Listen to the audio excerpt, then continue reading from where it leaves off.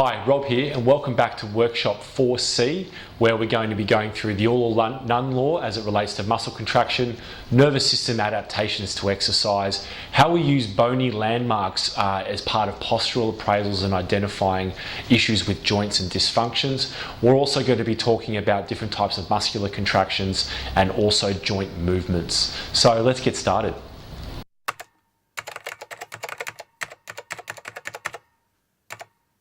So the all or none law is a muscular law that states that the strength of a response of a nerve cell or a muscle fibre is not dependent on the strength of the stimulus.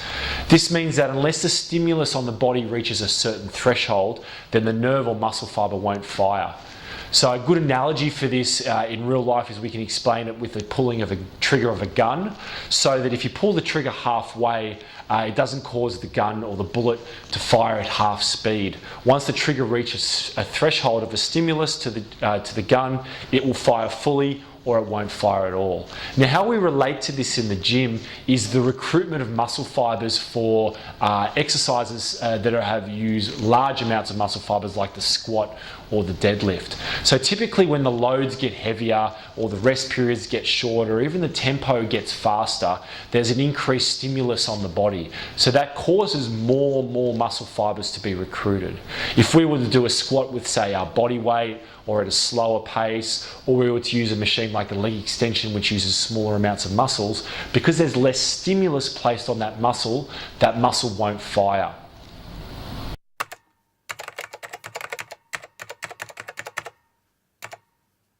Let's talk now about some nervous system adaptations to exercise. It's really important to understand that as we train over extended periods of time and as we become fitter and faster and stronger and more efficient, then our nervous system is going to do the same. And we're really going to focus on that term efficiency.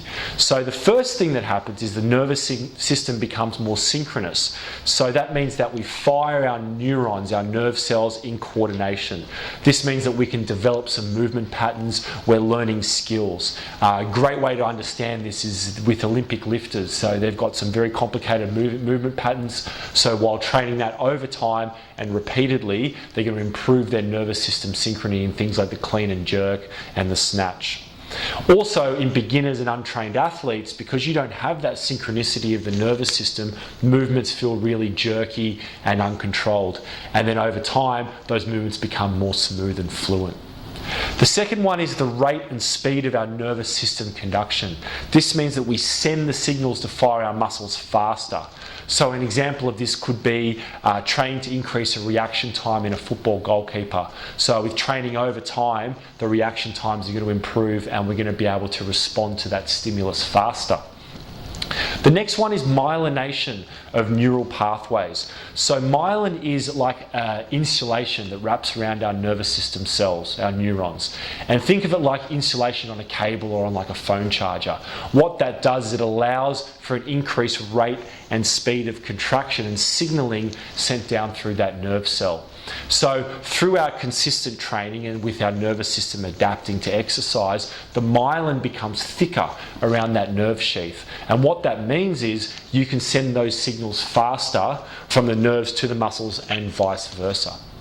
The last one is increase in neuromuscular junction sites. We also call this motor units. So what this means now is that the muscles are growing more junctions with the nerves. So think of a highway that's branching off in all different directions. The more branches we have running off that highway to different parts of the muscles, the more effectively we're going to be able to recruit those muscle fibers. So again, if we talk about trained athletes, perhaps cyclists or lower body strength athletes like jumpers, they've had long periods of time training the lower body. They've created large amounts of neuromuscular junction sites in their quads and their calves and hamstrings and glutes, so they're able to fire those muscles stronger and more effectively.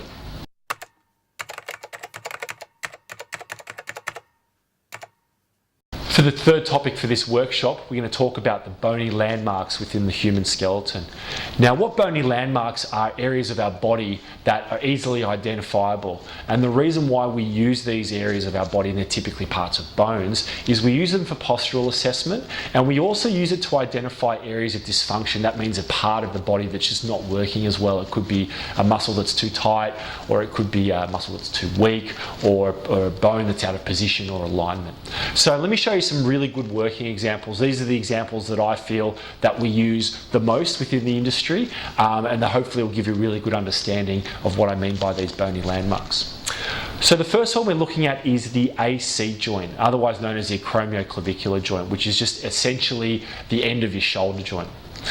The reason why we want to know where this shoulder position is, this AC joint, is we use it to look at the relative height of one shoulder compared to another.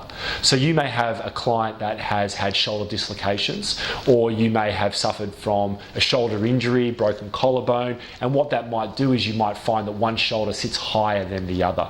So some of the reasons why this might be caused are things like overactive muscles in your upper trapezius, some tight muscles in your pecs, so your chest muscles, and that might lead to your shoulders rolling forward and rotating internally.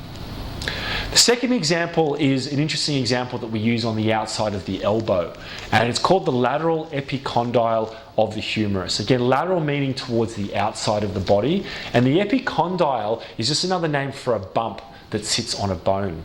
So the reason why we like to identify this part of the body and know where it is that because it's where all the muscle tendon parts of your forearm attach. And why that's important is if you've ever suffered from things like tennis elbow, that these muscles get really stiff and really tight, and where all these muscle points attach is at this lateral epicondyle of the humerus. So if we know where the position of this bone is, this bony landmark, then we can look at doing things like massage and soft tissue release to help reduce that injury. The third one, another good example, is what we call the anterior superior iliac spine, or the ASIS. Again, if we think about our directional terminology, anterior meaning towards the front and superior meaning towards the top. So you're looking at essentially the top front part of your hips, okay? It's that bony bit that sticks out. The reason why it's important to understand where that is we want to see where your pelvis is sitting. For a lot of people, this part of the bone is tilted too far forward anteriorly. We call this anterior pelvic tilt. And what that means is you have some posture problems. You suffer from lower back pain, your hip muscles at the front get really tight. And this is really common in people that sit, either drive long periods of time or spend long periods of time sitting at a desk. So if we know where this ASIS position is, it can help us out in terms of postural assessment. The next one is the tibial tuberosity. So this is a bump that sits on the top of the tibia, just below our knee joint. And the reason why it's important here is that we can use this bump to assess issues with our kneecap. We can look at things like the patella tendon, and in teenage athletes we can look at identifying a condition called Osgood-Schlatter's disease, and it's just a fancy name for a growth plate condition where the bones are growing too fast and we have a big bump on the end of this tibial tuberosity. So some of the issues are typically the quad muscles, the thigh muscles get really tight, and what that does, it pulls down on that tibia and pulls down on that tuberosity point, and it causes a lot of pain and discomfort. The next one is the lateral malleolus. Again, all these technical terms are important to understand, and this is essentially the outside bump of the ankle joint. Now, why do we need to know where this is? Well, if we know where this is, it gives us a really good starting point for identifying where all the other ligaments and tendon attachments and muscles are in our joints. And it's also, we use it when we tape ankles in athletes. So if you've ever had your ankles taped before, we usually use the lateral malleolus as a starting point to identify where we start putting the stirrups around the ankle so we can help reduce the risk of ankle injury.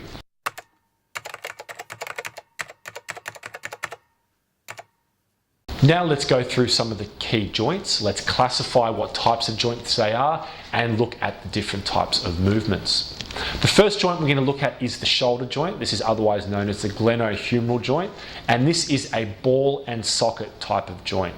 Now, the reason why the shoulder is set up as a ball and socket joint is that it allows for a lot of different forms of movement, things like flexion and extension, abduction and adduction, horizontal abduction, adduction, as well as internal and external rotation. So it's a ball rotating within the socket.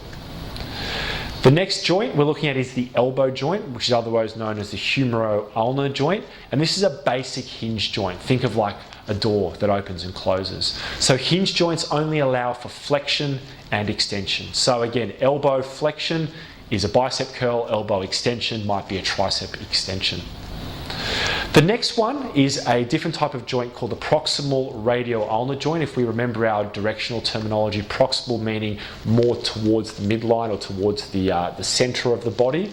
And the radio-ulnar joint is actually found at the top of the forearms, just below the elbow. And this is a pivot joint. And the reason why we've talked about this different type of joint is it allows for rotation. And this is what allows us to pronate and supinate our arms. So when we flip our hand over and under, we use not the elbow joint, we actually use this radio-ulnar joint.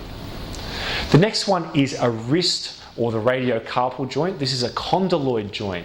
Now, what a condyloid joint is essentially is a freely movable joint that allows for movement in lots of different directions. So this allows your wrist to flex, to extend, to abduct and adduct, move side to side. We can circumduct, we can move our wrist around in circles. Obviously very important for humans to have this joint to be freely moving so we have fine motor control in our hands.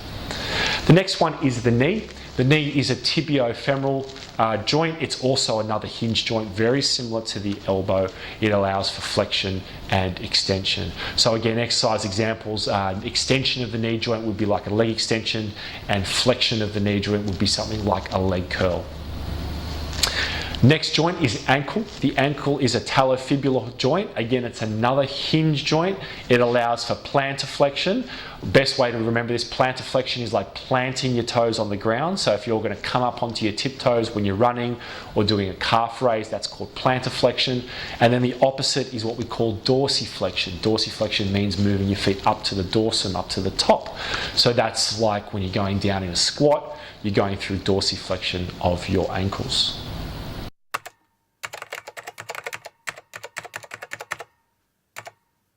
The last topic we're going to cover in workshop 4C is we're going to be looking at different types of muscle contractions. There are three types of main muscle contractions within the body. The first one we're looking at is isotonic. And isotonic are your everyday muscle contractions. That's when we use a concentric when a muscle shortens and an eccentric when a muscle lengthens. So they're called isotonic muscle contractions. Let's use the bicep curl again as an example. The isotonic contraction is we're curling the weight up in concentric phase and we're lowering the weight down in an eccentric phase. The next type of muscle contraction is isometric. So the isometric is when a muscle contracts but it doesn't shorten or lengthen, it stays the same shape. Now, when might we use these? Well, these are really important stability types of contractions. So the best example is if you're trying to build lower back or core strength, you might do an exercise like the plank. So when you're holding your plank position, core's working hard, lower back muscles engaged, they're contracting, but they're not actually getting shorter or longer because you're not moving. That's what we call an isometric contraction. The third and final type of contraction is an isokinetic contraction. And an isokinetic contraction is a very specialized type of muscle contraction that we use mainly in injury rehab purposes, where we hook you up to a specific machine that fixes the speed in which the joint moves regardless of how hard you contract. So we use this in injury rehab when we're trying to restore range of motion in muscles. So they're the three types of contractions: isotonic, shortening and lengthening; isometric, muscle stays the same length; and then isokinetic is a fixed speed of contraction.